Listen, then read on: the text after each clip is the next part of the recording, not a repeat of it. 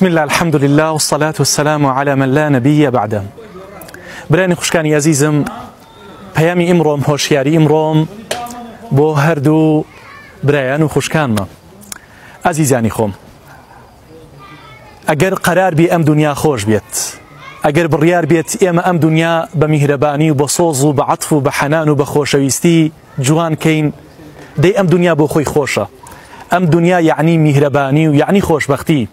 پیغمبری عزیز صلی الله علیه وسلم فرمیه الدنیا متاع، دنیا بو خوی خوشیه، بلام لناو خوشیکانی دنیا باشترین چت المرأة الصالحة، پیاو اویا افرتی کی مهربانی هبیت، خیزانی کی بصوز و برحم و چاکی هبیت. بلام پیغمبری عزیز صلی الله علیه وسلم افرتی چاکی بجوان وصف نکردوه، بو وصف نکردوه که بالای برز بیه، بو وصف نکردوه که قصی خوش بیت، بو وصف نکردوه که لهمو خلق دنگی خوشتر بیت.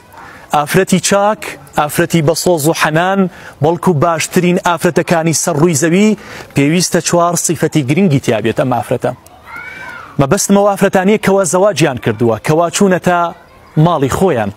پیغمبری خواه صلی الله علیه وسلم فرمیت اما افرتا کاتی باشه بیت یکم صفاتی که لهمویان گرنگترا اوی ام پیاوه که کاتی اگریتوا لدوامکی، اگریتوا لبازار، ام افرتا که ابینید لمالوا استقبالي پیاوەکەی خۆی ئەکات، پیاوەکە دڵخۆش کات. ئیدا نەظەرتە ئیلەیها سەڕەتکە، کاتێک کە سەیری ئەم خێزانەتەکەی دڵت خۆش بێت، تۆ هەستکەی هاتوویتەوە بۆ خۆشەویستی، هاتوویتەوە بۆ لای ڕەفیقە گیان بە گیانیەکەت، هاتوویتەوە بۆ لای هاوسەری هەمیشەیی ژیانت. وئیدا ئەمەرتەها ئەطاعەتکە، کاتێک کە پێی ئەڵێی دووەم صفاتی ئەمری پێەکەی، فەرمانێکی پێەکەی، فەرمانێکی شەرعی طبعاً، ئەطاعەتکە یەکودود لەگەڵا ناکات. کاتی پێی ئەڵێی فڵان جل بکە بەرت، چکەم ئەم جلا جلێکی شیاوە بۆ تۆ، جلێکی شەرعیە بۆ تۆ، لە ئەم جلەیە خۆشبەختی من ئەبینیتەوە، ئەلەم جلەیە خۆی پەروەردگار لە خۆت ڕازیەکەیت. با بڕۆین سەفەری فڵان وڵات بکەین، با بڕۆین بۆ فڵان شوێن، با بڕۆین بۆ فڵان لادیە، بۆ فڵان شار و شوێن. ئەم ئافرەتە یەکودود لەگەڵا ناکا، ناڵێ من حەزم لەو شوێنە نییە، چونکەم ئەو خۆشیەکانی تۆی ئەوێت. صفەتی سێیەم کە باشترین ئافرەتەکانی جیهان هەیەە ئەوەیە ئیدا غیبتە عنها حەفیظەتکە، کە کاتێک تۆ لە ماڵ دەرەچیت، کەوا گەشتێکەکەیت، کە ئەچی بۆ دەوامەکەت، کە دوور ئەکەویتەوە لەو ماڵە، ئەم ئافرەتە پارێزگاریت لێ بکات لە دووشت، لە دووش تا پارێزگاریت لێ بکات.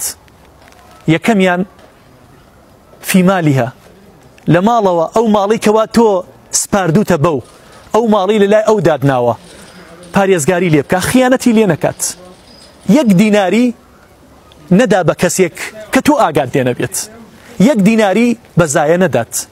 وعیرضیها، کە بەداخەوە ئێستا کۆمەڵێ لە ئافرەتان دەستیان داوە پێ، بەداخەوە حاشا لە ڕووی ئەو ئافرەتە بەڕێزانی کەوا پارێزگاری لە ناموسی خۆیانەکەن. ئەم ئافرەتە لە صیفەتی چوارەمە ئەوەیە خیانەت لە پیاوەکەی خۆی ناکە، بە چاویش خیانەتی لێ ناکە، ئەوەندە عیشقی بۆ پیاوەکەی هەیە، ئەوەندە پیاوەکەی خۆی خۆشەوێت. ئەگەر تۆی ئافرەت ئەم چوار صیفەتە تیا بوو، تۆ باشترین ئافرەتەکانی جیهانی، تۆ ئافرەتی صالیحەی، تۆ ئەو ئافرەتی کەوا پێویستە دڵە بە خۆت خۆش بێت، لە قیامەتە خوا لێت خۆش بێت. تۆ پێویستە بوترێت ئەو ئافرەتی کەوا بەڕاستی بۆ پیاوێکی میهرەبان هاتوویتە ماڵەکە. باشترین پیاوانی سەر ڕووی زەویش بە هەمان شێوە ئەو پیاوانن کە بۆ خێزانەکانی خۆیان باشن.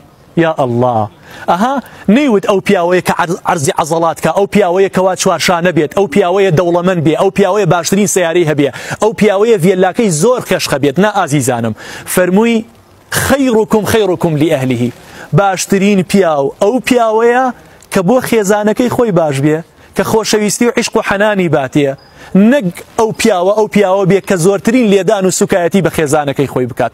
فەرمووی باشترین پیاو ئەو پیاوەیە بتوانێت دڵی خێزانەکەی خۆی ڕاگرێت. بە هەمان شێوە کە کاتێ ئەم ئەو ئەبینێت، هاوسەری خۆی هەبینێت، دڵخۆش بێت، کە ئاچێتە دەرەوە لە کۆڵانە، لە بازاڕە، لە سەفرە و سیاحەتە، خیانەت لە خێزانەکەی نەکات. خیانەت ئەسڵەن لەو ماڵەی نەکا کە ئەو موچەیە وەرئەگرێت ناکرێت تۆ بڕۆی لە قومارە سەرفیکەی ناکرێت تۆ بە هەدەری بی چونکەم ئەو خێزانەت ڕۆژانە شەو ڕۆژی کرۆتە سەریەک ڕەشە کاتە سەر سپی ناڕەحەتی لەسەر ناڕەحەتی بۆ ئەوەی بتوانێت قاسەیەک داراییەک لە ماڵەوە کۆ بکاتەوە ماڵێکی خنجیلانی پێ دروستکات ئەو پیاوەیە بتوانێت عیشق و حەنان و محەبەت و خۆشەویستیەک بۆ خێزانەکەی خۆی دروستکات کەوا ئەم کەسە ئەسڵەن پێویستی بە دایک نەبێت چونکەم تۆ ئافرەت لە باوش و لە کۆشی دایک دەرەهێنی ئەیکەیتە خێزانی خۆت تۆ ئەبێ دایک بیبۆی تۆ ئەبێ باوک بیبۆی تۆ ئەبێ باوک و خوشک و کەسوکار بی بۆ ئەو چونکەم ئەو وەکو دیلێ وەکو ئەسیری هاتۆتە ماڵەکەوە تۆ ناکرێت حەنانی دایکی نەدەیتە حەنانی باوکی نەدەیتە خۆشەویستی خوشک و براکانی نەدەیتە ئەگەر ئێمە ئاوا لەگەڵ یەکتریا مامەڵەمان کرد ئەبینە باشترین هاوسەر بۆ یەکتری ناو یەکتریە خێزانەکان لەگەڵ خێزانەکانە ئەبین بە باشترین ئافرەتی سەرزەوی